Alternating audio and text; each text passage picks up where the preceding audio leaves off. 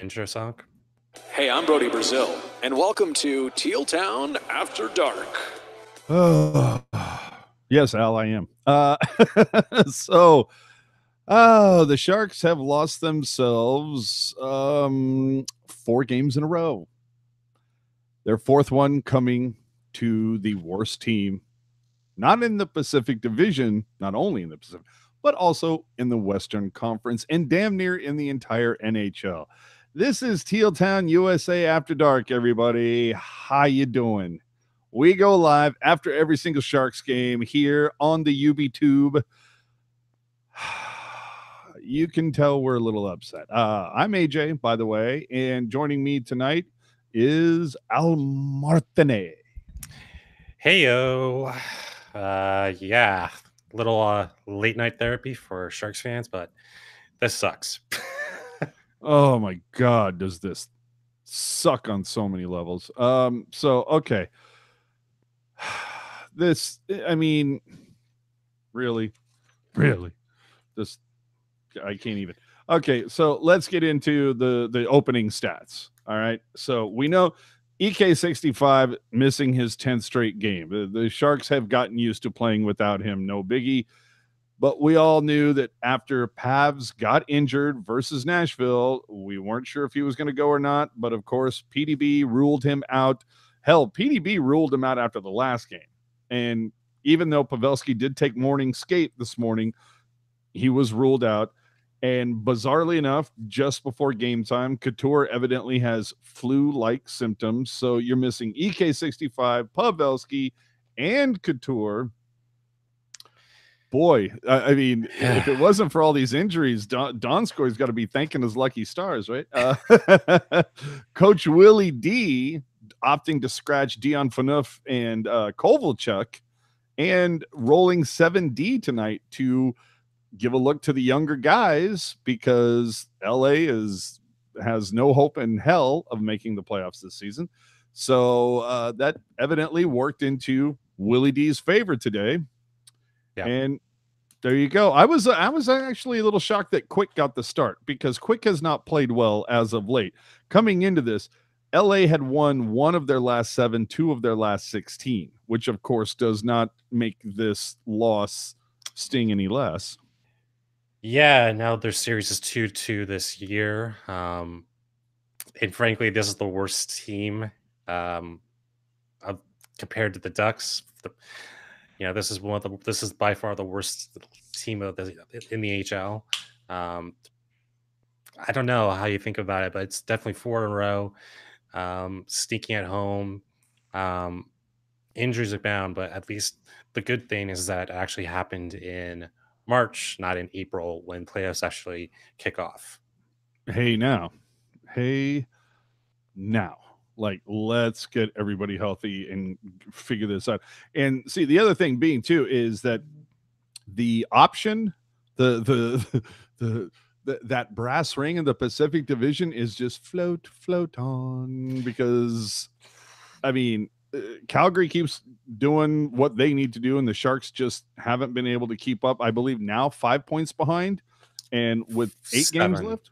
7 because is it now 7? It's either 5 tonight or 7. But Calgary has still had 4 games with Kings, Ducks, and twice. So, and they also play Edmonton last. So that idea of them playing like Tampa Bay 5 games in a row is just a no. So frankly, I kind of always proposed the idea of the Sharks resting players down the stretch because I didn't think the idea of getting in the first place meant much. Oh, it means a lot, but evidently that's just going right out the window. I mean, even PDB said as much, is that he was just going to ride Jones as long as playoffs meant something. Well, now with Vegas just 5 behind and Calgary extending their lead, boy, oh boy, now it's not even a case of trying to win the Pacific Division. It's trying to get home ice in the first round, ladies and gentlemen.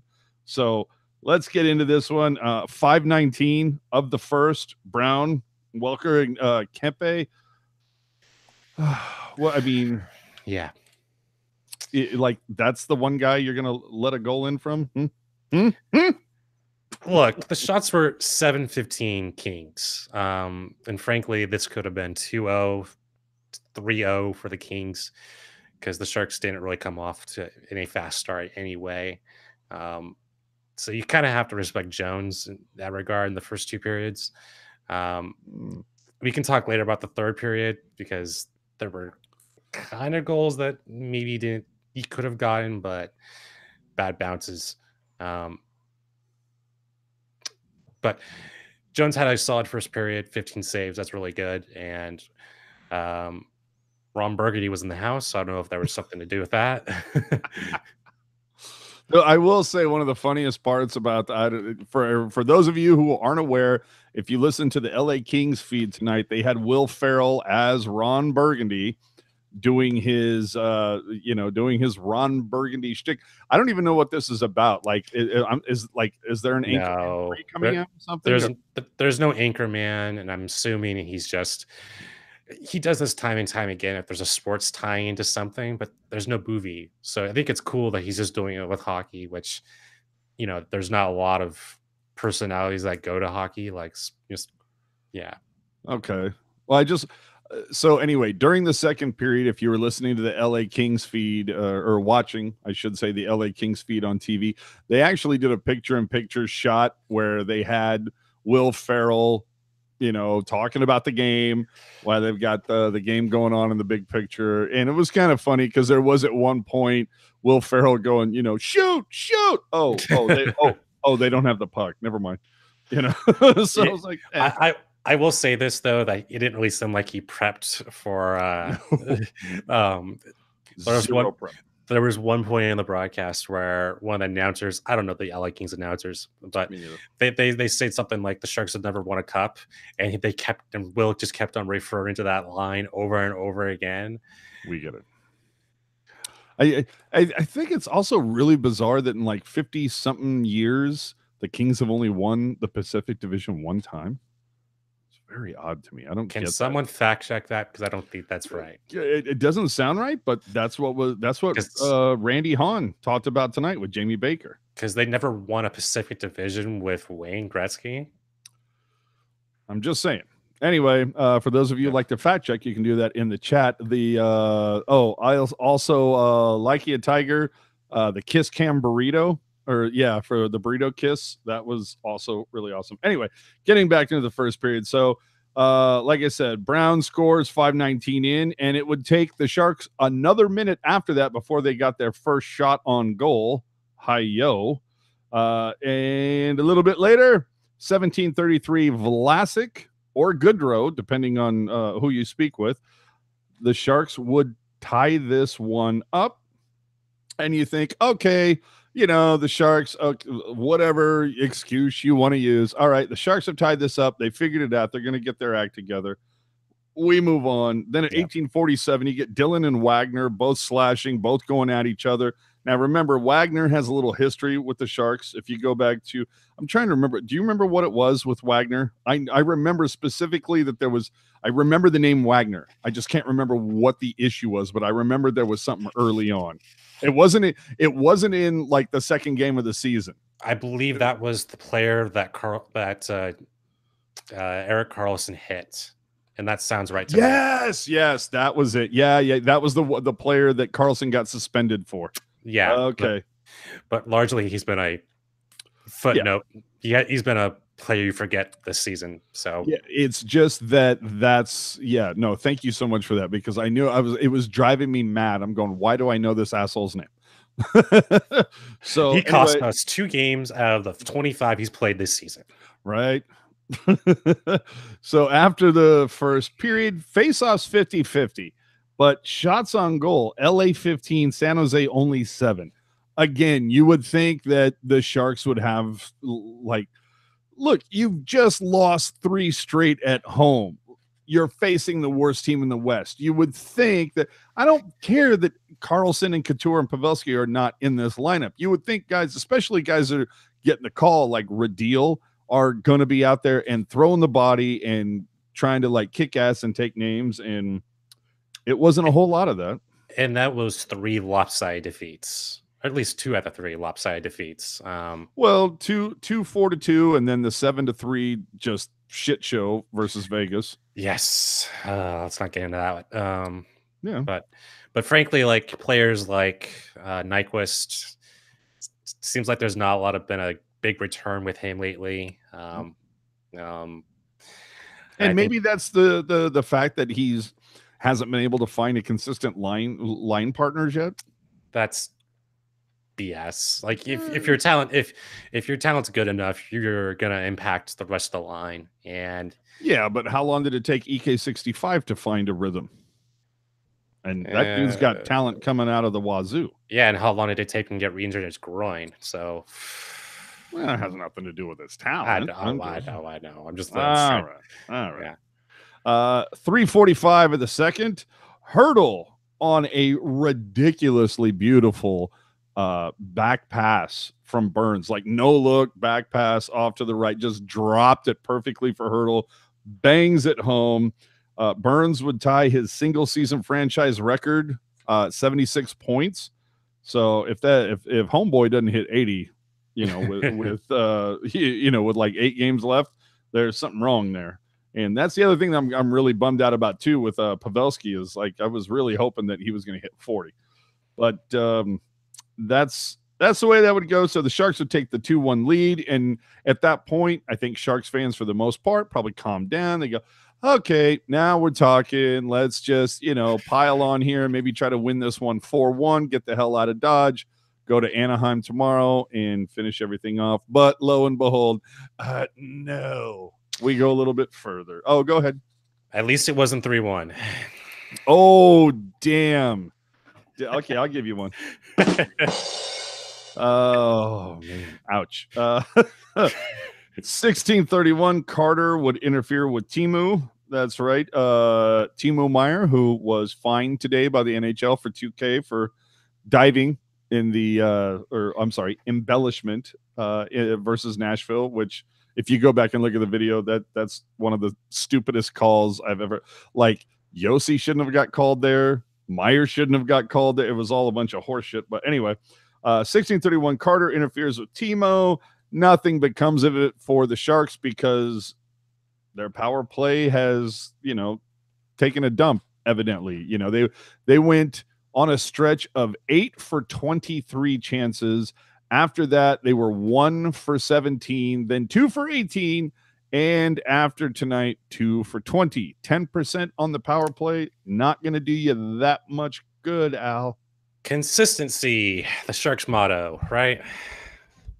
Consistency and inconsistency, yes. The faceoffs would fall down, the Sharks going from 50 to 42%, although at this point, at the end of 2, at least the shots balanced out at 11 apiece. However, Evander Kane did go off the ice a scotch early out of the second period, but nothing was really explained about that. I thought that was Timo and his skate, or was that second period? No, I just know Kane went off a hair early.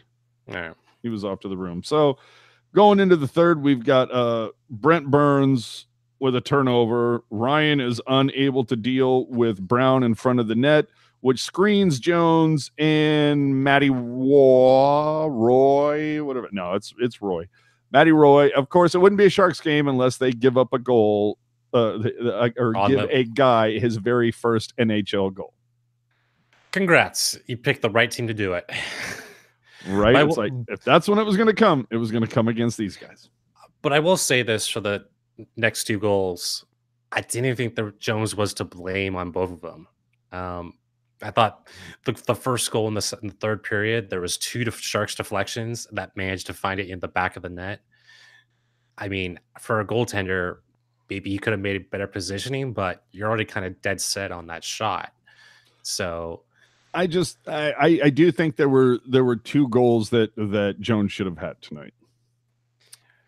But and let's get to one of them. That would be at 11:45, just barely over 2 minutes after Roy's first goal. Anže Kopitar would sneak in behind the defense. I don't know what the hell was going on there. I can't believe nobody picked up. I mean, literally, Anže Kopitar arguably the best forward on the Yes. Kings, and nobody picks him up.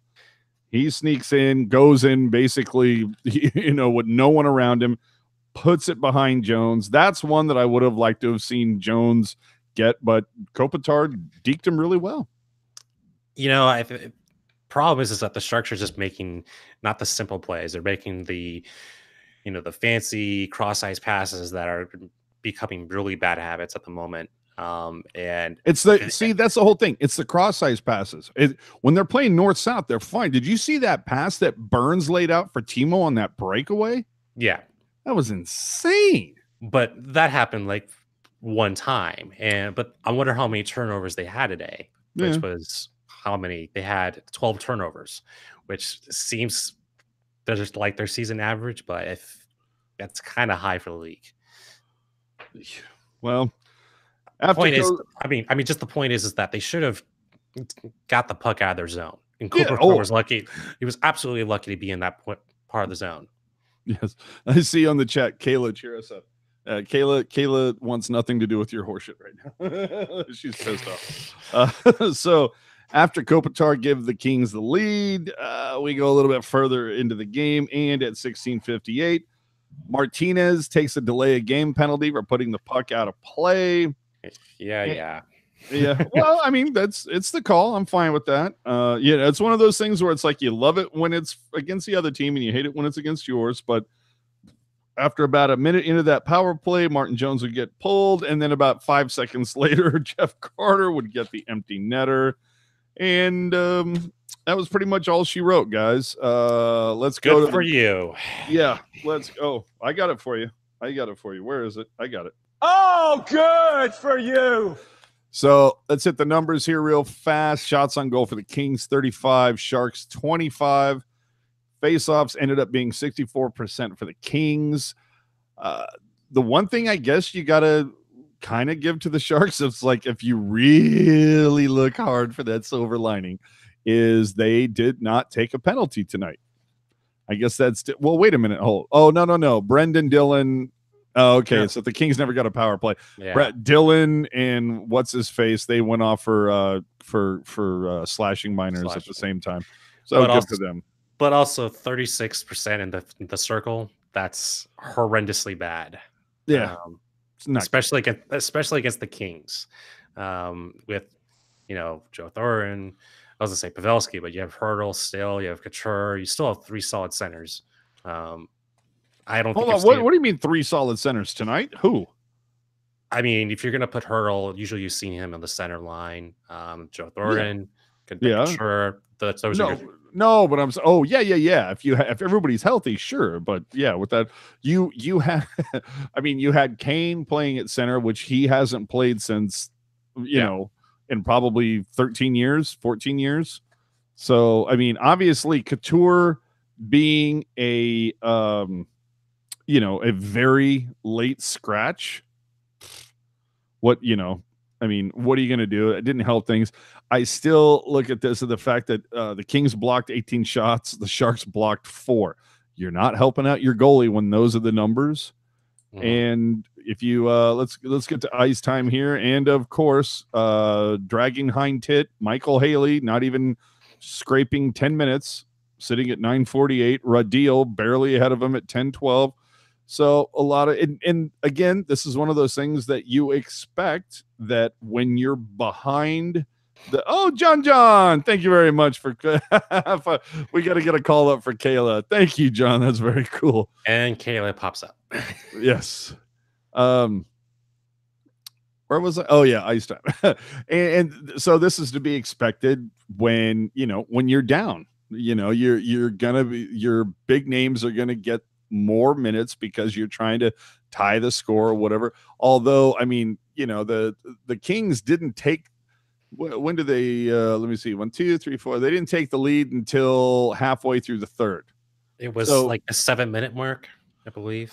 So they still 11 minutes. No, dude, 11:45 is when Kopitar took the. Roy tied it at 9:28. Kopitar took the lead at 11:45. Okay. And I'm a little surprised that Burns only 23:30 tonight. I mean, he's been relying on him so much. I'm surprised Joakim Ryan got almost 20 minutes tonight. And Heed with only 16, who I thought was been a little bit more consistent with over the year. You know what, though? I look at that. The thing that that makes me a little maddening about this is I would really like to, rather than seeing Vlasic and Heed together and Braun and Dylan, I would really like to see Heed and Dylan together, because Dylan played really well with Karlsson. I'm in no way saying that Heed is a comparable replacement for Karlsson. No, but they play a similar style, and Vlasic and Braun have history. So I'm just saying, oh my Lord, what is going on with Laurel? What is she doing? Oh dear Lord, here we go. It's a good Laurel move. It's good. I was told that there was something to share with you, and I'm looking and I don't see it. So anyway, we move on. Thanks, Puck Guy. Good looking out. So get it again. I'm still a little surprised that Quick went tonight, but whatever. Martin Jones, despite what happened, had a .912 save percentage. Yay! At some point, no. So this is game 74, and it seems to be that there's let me see. Last time they were together was when everybody was saying Heed was a bum and should be waived. Well, everybody say a lot of things, but Dylan and Heed haven't shown great chemistry in the past. Well, that's fine, but it's not like Vlasic is showing great chemistry with anybody other than Braun. I mean, what you have, it's the whole thing of like Dylan and Vlasic and Heed and Braun, or whatever the matchups are, those aren't necessarily working either. Which is starting to become a liability, because if he can't play well with the other 7 defensemen, I don't know. But in the 4-game road stand or 3-game homestand, the Sharks' transition defense was just bad in all levels. It's abominable. And I know Jones has the worst 5v5 save percentage this league. I just don't think he's been playing that bad. Timo has been picking up on his right man on breaks. A lot of that is like Simic, having his ACL, MCL going off. I like that you bring this up, because okay, Eric doesn't know what he's doing right now. No, I like that you bring this up, because you've seen so many people. There's this kind of pro Jones faction that is saying, well, you look at the amount of wins he has, and then you look at I don't want to say anti-Jones, but you look at the other Jones faction out there that are very much saying, look at the amount. It's basically the eye test. It's look at the amount of soft goals he is letting in.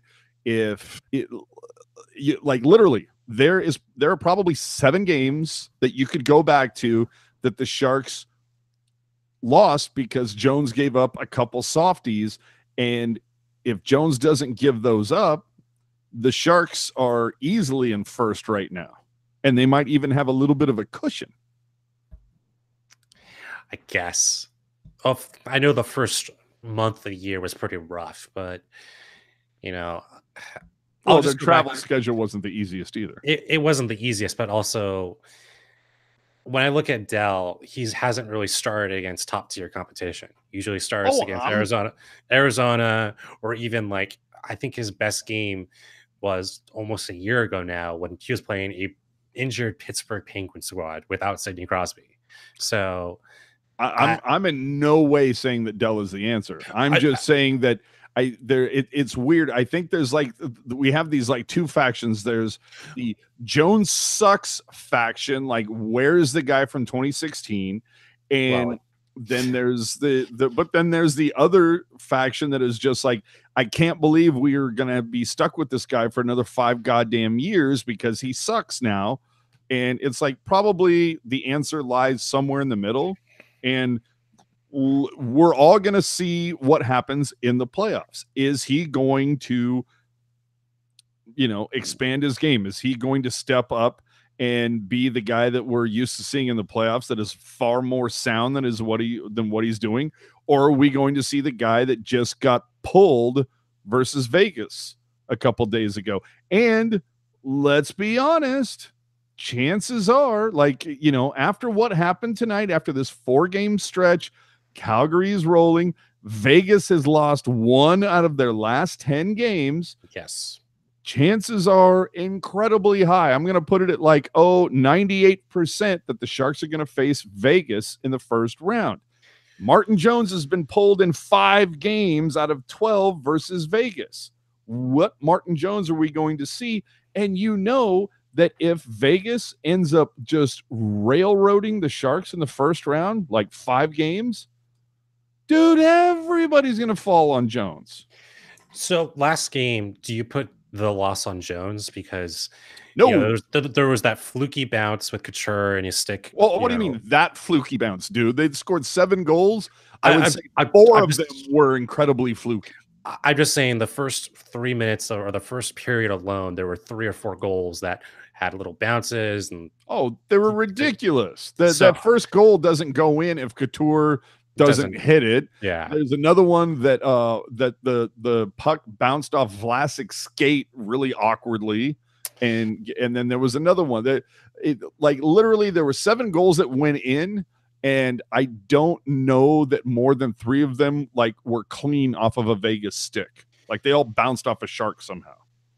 And that's what this March has kind of been. No, not the beginning of it. They won 6 straight. 6 straight, but towards the end, when they started facing tougher competition, Nashville. You don't think Colorado's decent competition? Not really. Not with that goaltender. St. Louis? Another team that's fighting Winnipeg? Minnesota? These are all teams that are in it. That was almost 2 weeks ago. I'm just, but you were saying, you're this month, and I'm telling you, dude, they won 6 in a row. Okay, Colorado, dude, they're a wild card team right now as we speak. Chicago, okay, fine, I'll give you that. Montreal, they're in the thick of things. Yeah. St. Louis, they're 3rd in the Central right now. Then you got Minnesota, who's at the time were in the wild card spot. They're a couple spots out now, but they were at the time. You got Florida, not the best team, but not horrible. They're not Ottawa. But then Nashville, good team, 2nd in their division. Or I'm sorry, I completely glossed over Winnipeg. They beat Winnipeg. They're number 1 in the Central. So, I mean, they've beaten some good teams, and that's one of the things that I think is so maddening is that you went on this great run of winning 5 straight, and then you drop, a game that you should be up for.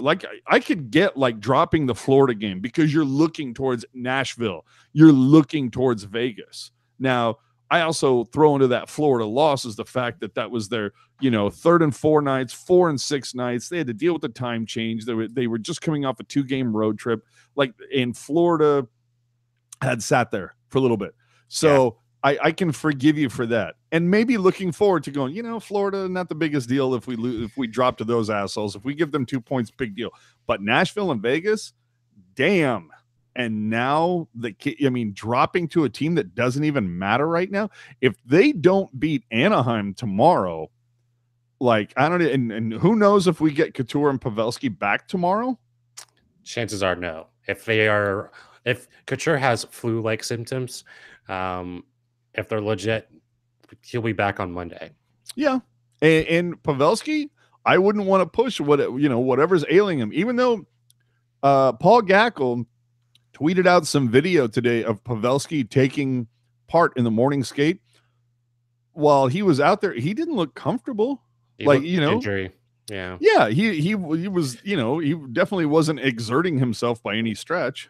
Was he officially diagnosed with something like a concussion or? No, it was definitely, there's something leg related when he went into the boards.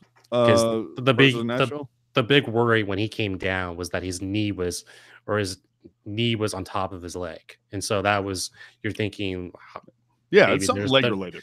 something leg, and he hasn't had the much. I don't know. Oh, okay. Well, puck guy for some reason has seemed to have popped on. I'm trying to hear him, but you can't hear me at all. You know, let's be honest, we all tune him out anyway. So anyway, that's the way it stands now. You know, you're gonna face you face the worst team in the NHL. Oh, see you later, puck guy.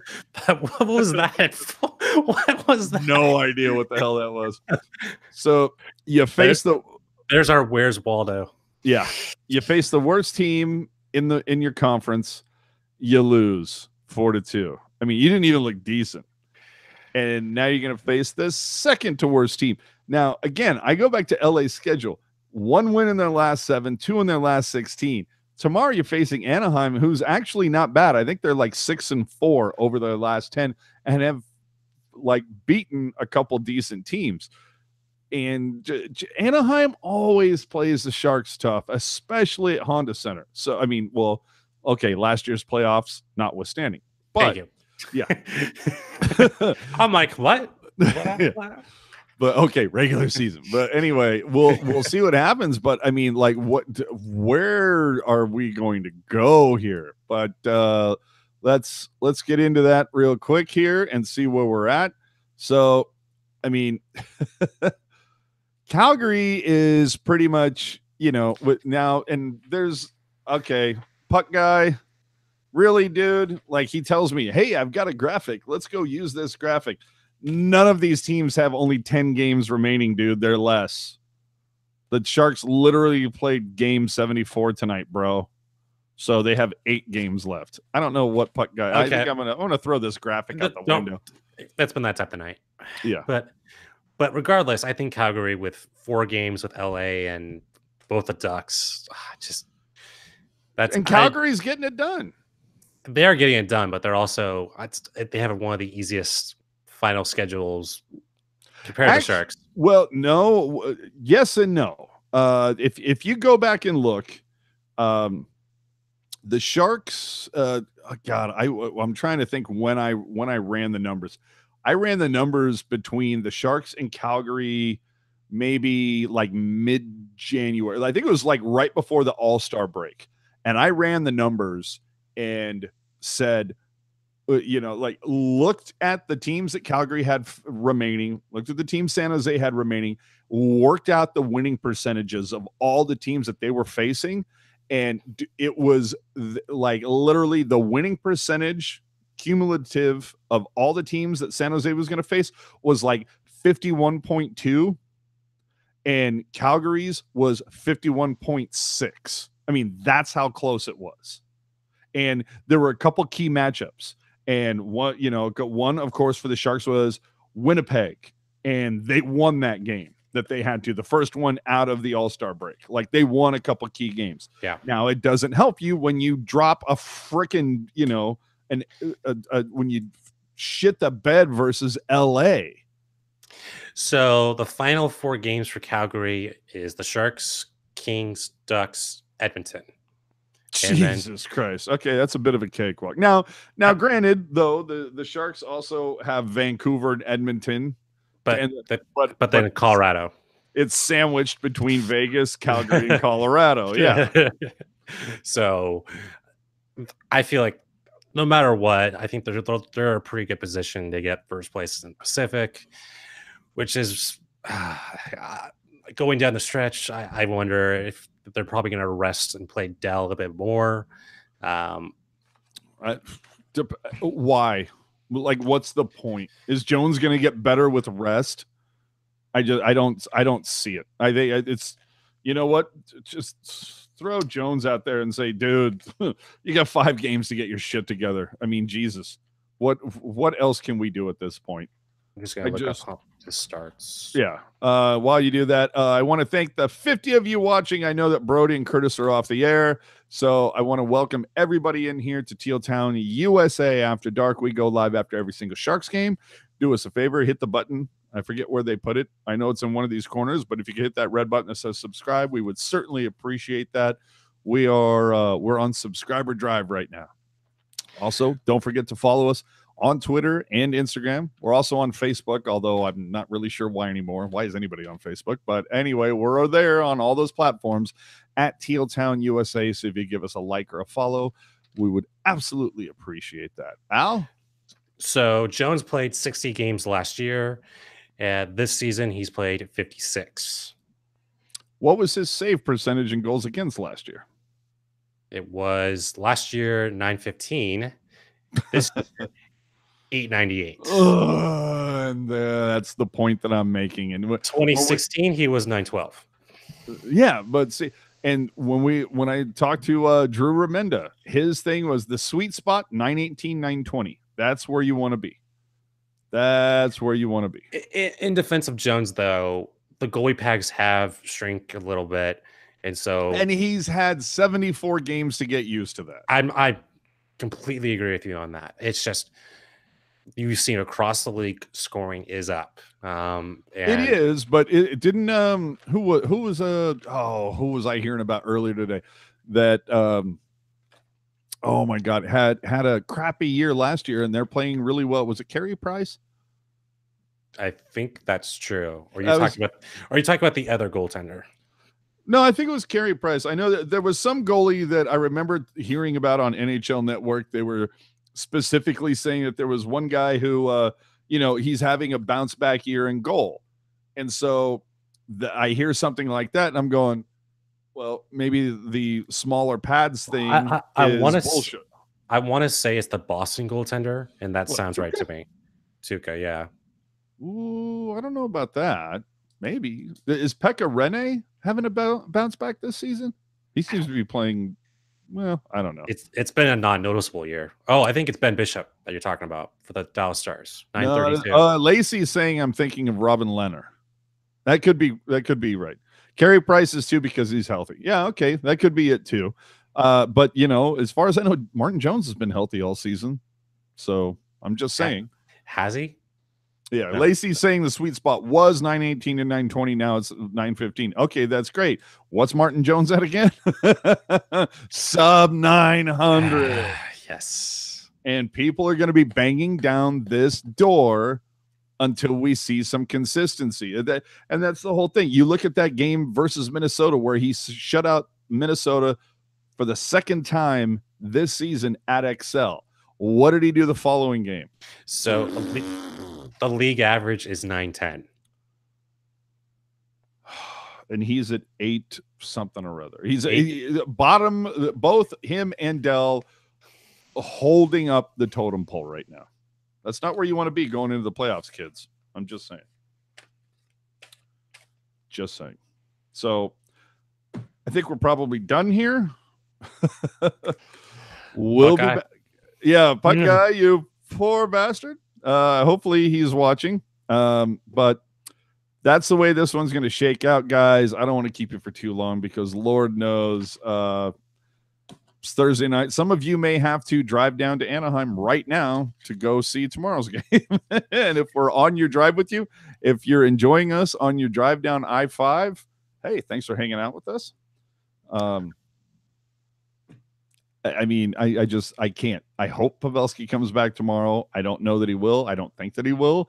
And I don't know that I would push it at this point. I really feel like your standings or your playoff matchups are fait accompli. Now it just comes down to, okay, you're going to face Vegas. Do you want to see him at home or do you want to see him away?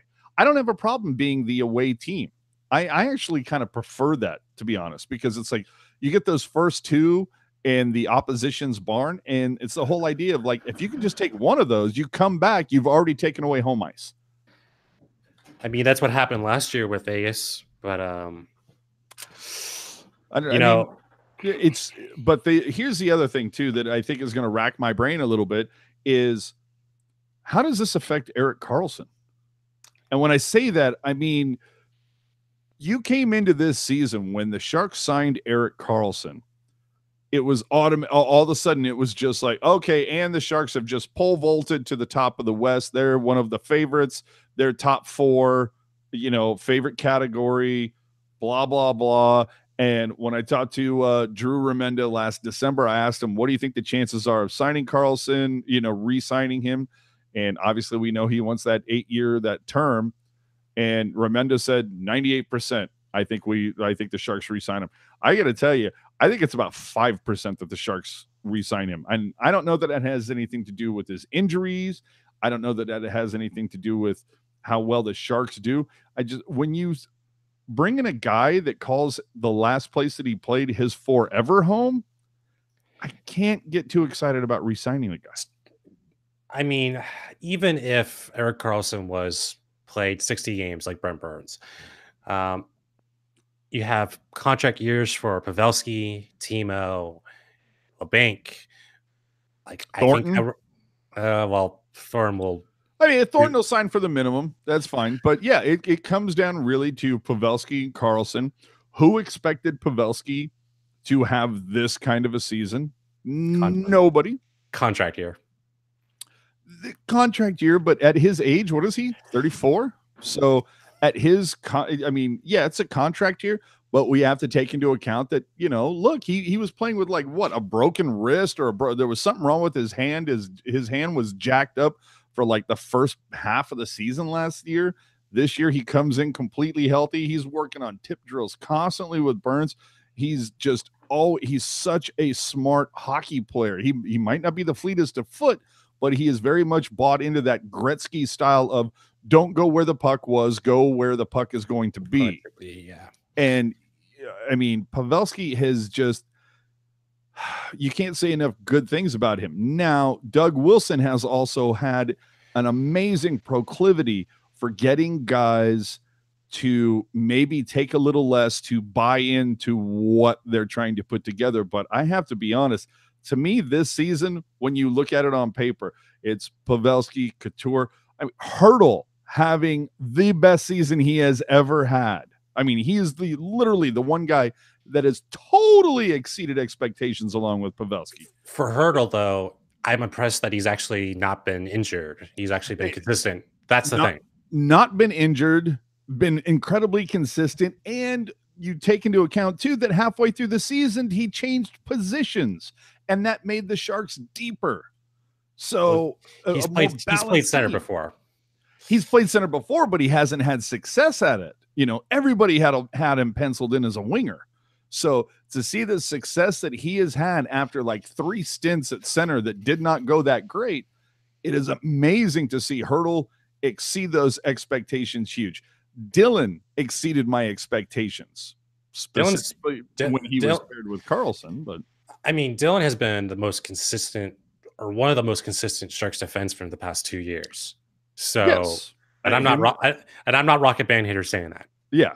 And then Burns has I don't know that he's exceeded. I think you can say that a little bit when you're talking about that he's literally a few games away from tying a record that hasn't been seen in 25 years. So, that to me is exceeding expectations. There's a few guys here that have definitely exceeded, but you get to, and even remember the stretch that, Timo Meier and Evander Kane started the first 20 games of the season on fire, dude. They were killing it for a while. That was a killer second or third line. So, dude, it was amazing. But then again, you go into this offseason, it's you think Donskoy is getting re-signed? No, not when you see guys like Sasha Shemilevsky killing it. Who was it? Blickfeld.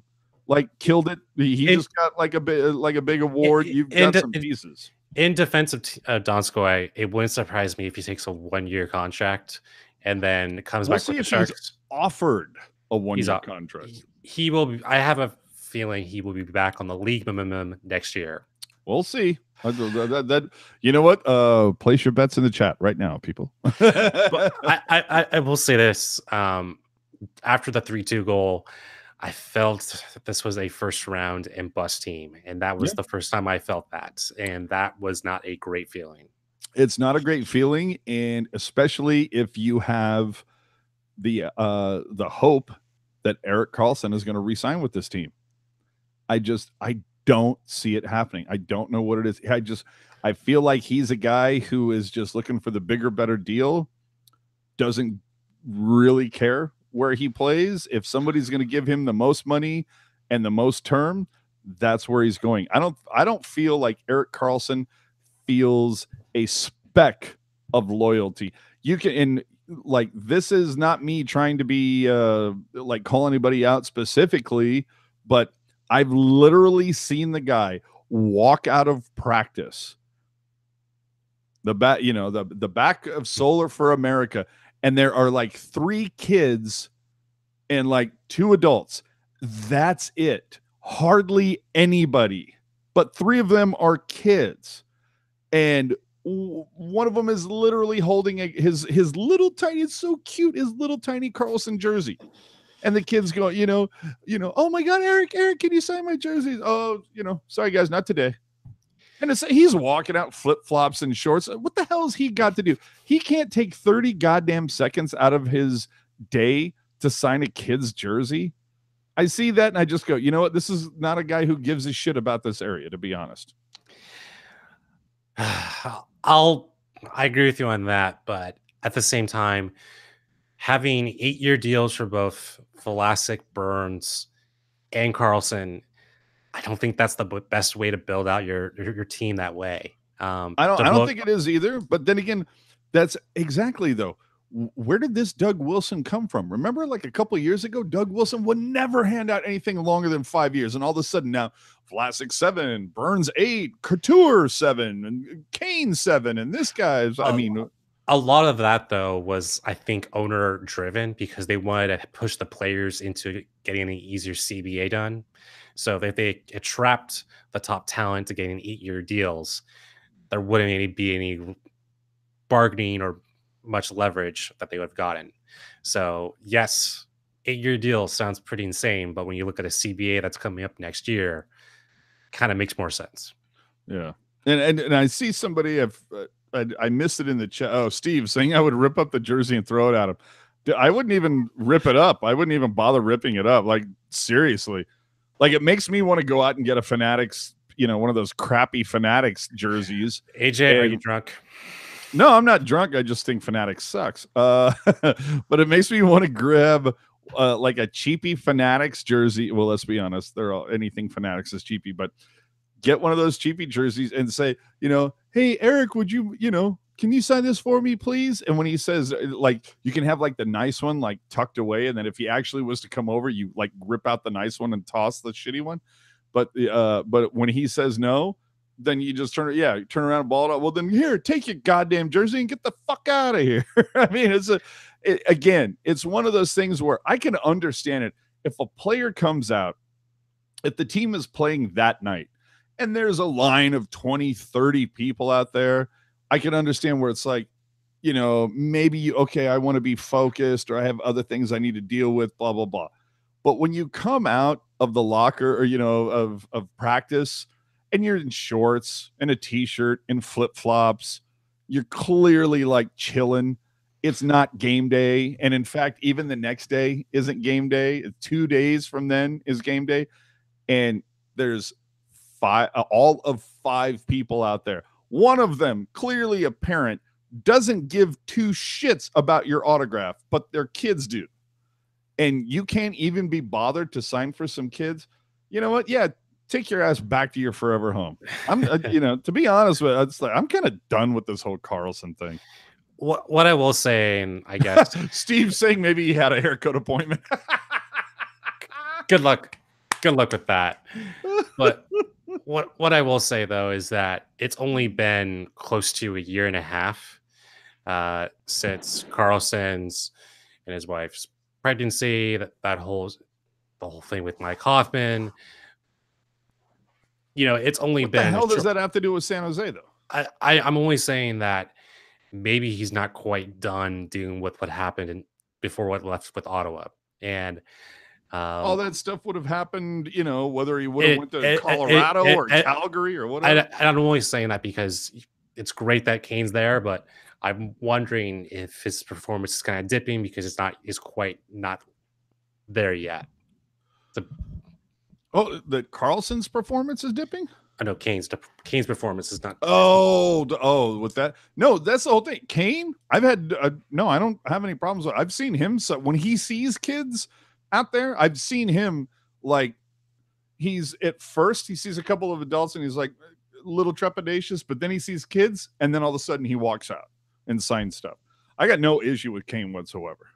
But there's a couple of guys that when they come out of there, Thornton's notorious for it. Vlasic's notorious for it. Sorensen, for some godforsaken reason, is known for like coming out of the practice with the phone glued to their ear, like they're on some important call that they can't be bothered for 30 seconds to sign, a stick or a puck or a jersey from, for some like 10-year-old who thinks that they're just, that they walk on water. I'm sorry. I get it.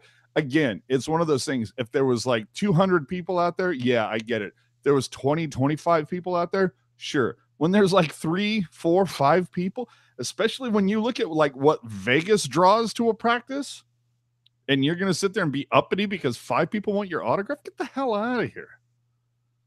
And okay, comment with the flu bug going around, perhaps they're keeping away from contact from others. Dude, I don't see people trying to shake their hand. They're just saying, here's a jersey. You don't have to touch me. I just like, if you could just take this pen. Okay. Well, okay. You know what? Eric, if that's the case, then fine. I'll hold up my jersey in one hand and a bottle of Purell in the other. Is that fine? Will that work?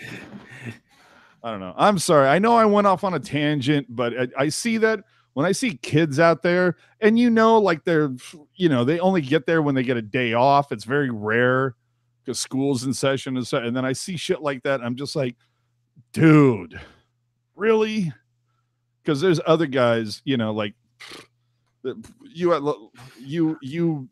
ask for a photo, you ask for an autograph, anything. They're like, absolutely, whatever you need. Like they're just the nicest guys. And then you see people like Erik Karlsson and you're just like, dude, what's your problem?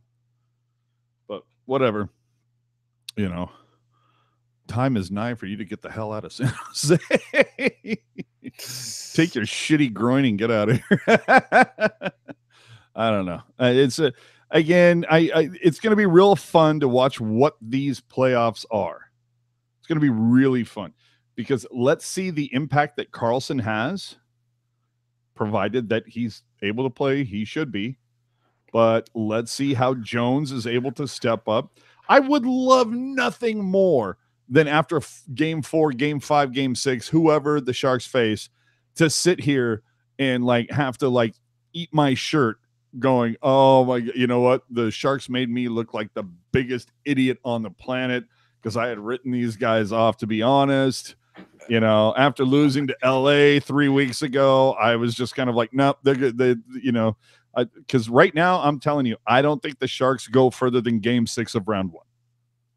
I would love nothing more for the Sharks to prove me wrong. And you're saying game 6, round 1 versus Vegas. Yep. I don't know how. Just like last year. I mean, that was second round, but still. I think they might push to 7. But the interesting thing is, do you think Erik Karlsson is going to play again in the regular season leading into the playoffs? So what? And no? Erik Karlsson, do you think he's going to play leading Yes. into the playoffs?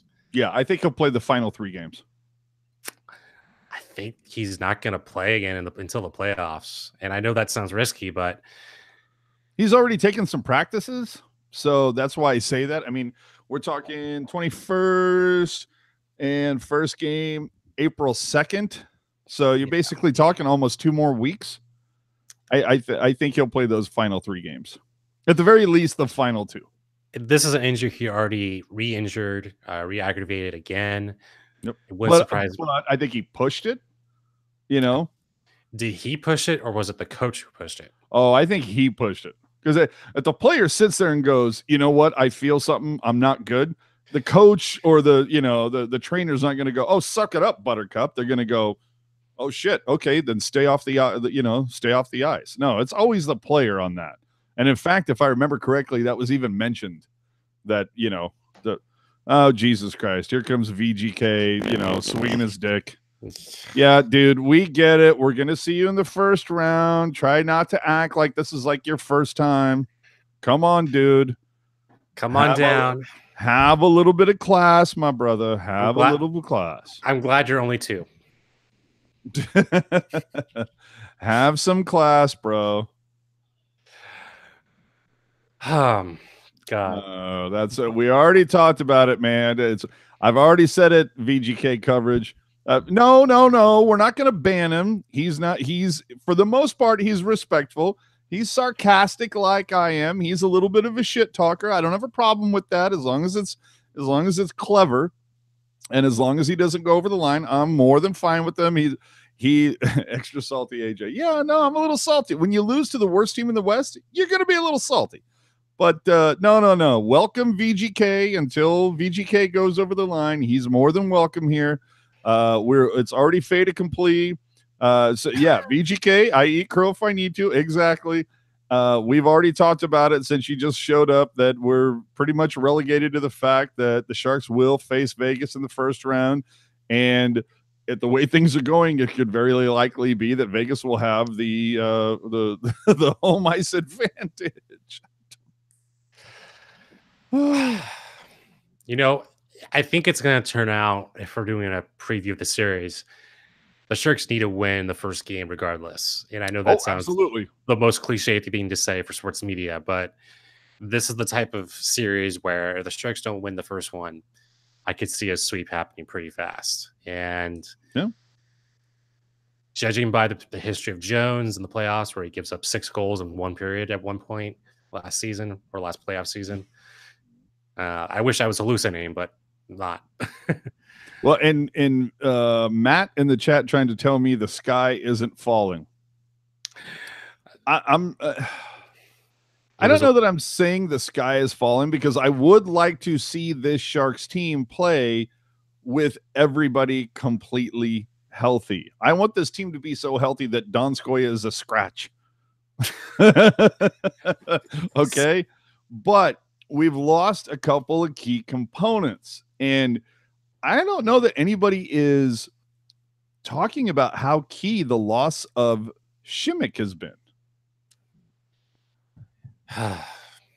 See, I've loved Šimek's game. I think he fit in pretty well with Brent Burns and helped solidify the top 6. But if it wasn't for Erik Karlsson not playing a single game, Šimek would not have been dressed. So, I think it was Joakim Ryan was not impressing anybody, and Šimek got a look. He got a look, but he played his. Šimek played his way in. He played his way in, and that's. I would love to go back to Donskoy, Timo, and Hertl and see what happens with that line, because that was a really solid line in February. And so what, you're going to put Kane and Couture with Pavelski? Kane, Couture, Nyquist. See what happens with Nyquist on that line. So you're going to put Pavelski with Thornton and Sorensen? That I see as 3 solid lines. Because I would love to get something out of Nyquist. See, that's the whole thing.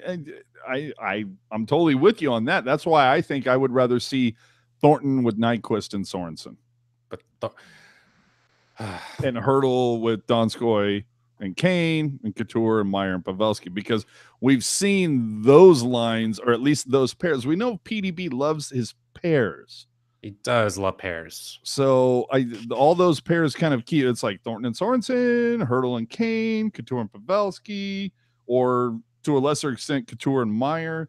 So everyone's saying Pabs, Hertl, Meyer, but Hertl's been a solid center when he's been tasked to do that. And I think you need 3 solid lines. So I think it's time to split them up and see what happens with Donskoy, Hertl, and Meyer. Boy, I don't know about that. I think that's something that you look at in the third period when you're down by a goal. I don't know that I started a game like that. I would say try something out with the Ducks, but that's obviously not going to happen tomorrow. No. You know what I'm looking for in the top line? I'm looking for Thornton in between Radil and Milker. Just shoot me. And with that, it's probably time. I said we were going to go like 20 minutes ago, so we should probably bail now. So for those of you watching, again, thank you very much for doing so. We go live after every single Sharks game. This is for fans, by fans, just trying to build this up because Lord knows coverage of the Sharks around here by the local media, not so great. So if you could do us a favor, hit the subscribe button down there. Help us out. Help us build the following. Follow us on Scratch Peter DeBoer next game. Wow. Follow us on Twitter and Instagram and Facebook. All of them at Teal Town USA, if you would. Oh, but wait. I should have known. Oh, wait. We actually have some post-game audio from Brent. Oh, VGK throwing down $1.99. Nice. Good job. We do have sports. Yeah, I'll give you that one. We got some post-game audio from Brent Burns after the game.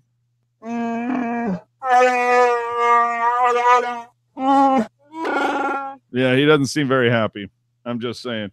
But let the Wookiee win. Yes, let him win. But I did. God damn it! I almost forgot. Have the goddamn common courtesy to give him a reach around.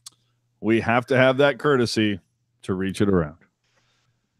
Oh, you watch how fast I do this. Okay. All right, let's get the hell out of here. Yeah, so it's wrap around. Yeah. I heard him. I was gonna say me too. So the Desert Dogs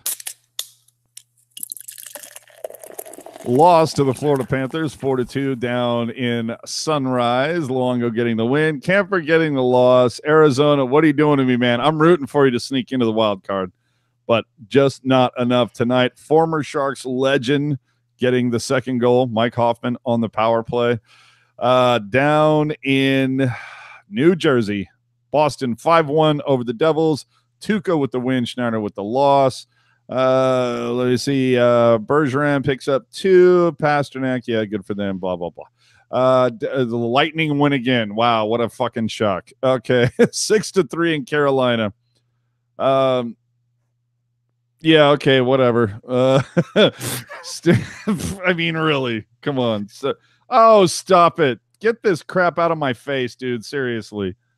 Are you kidding me? All right, so oh, dude, that is so throwing me off right now. All right, Deming picks up the win. McElhinney takes a loss. Blah blah blah. Hurricanes lose again. God, I really wish Carolina would come up with like something funny to do when they lose a game at home because the wins are great.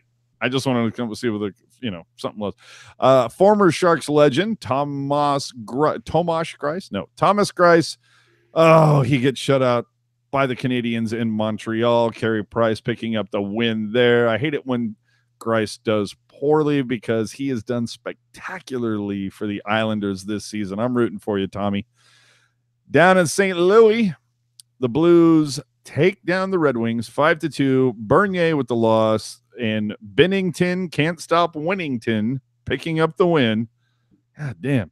Barbashev picking up a hat trick in this one. Good for you.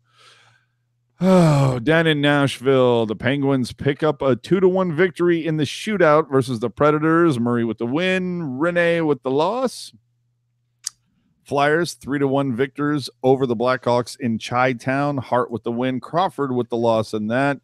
Van Riemsdyk picking up your game winner.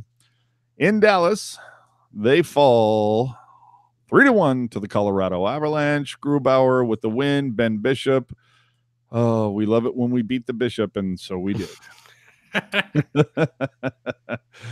And, of course, as Al mentioned earlier, the Flames were victorious in Calgary tonight, 5-1 over the Senators. Giordano, of course, it wouldn't be, freaking Giordano. Stop messing with my Norris winner, god damn it. Stop it. Just stop it.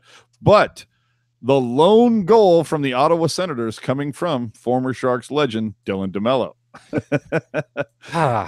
In Edmonton, Alberta, the Oilers were victorious 4-1 over the Blue Jackets. What in the hell is going on with Columbus, man? I have no idea. But Tortorella's got to be losing his shit right now. Hey, first round in bust. Dude, like you go back a month ago, Blue Jackets were like just boom, boom, boom, and doing really well. Like even like going, they're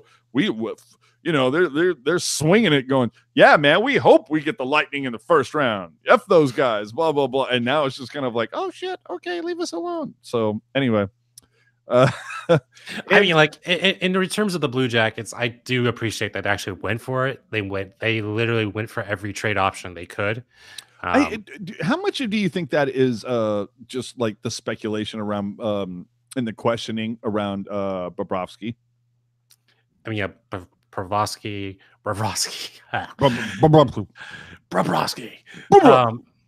and then Pagan, who's also going to be gone this year. Oh, Breadman? Yeah. Well, Panarin, yeah. Frankly, those two people, those are the cornerstones of their offense. Yeah, I think they are so clouded in speculation, it might be just a little too hard for them to focus on hockey.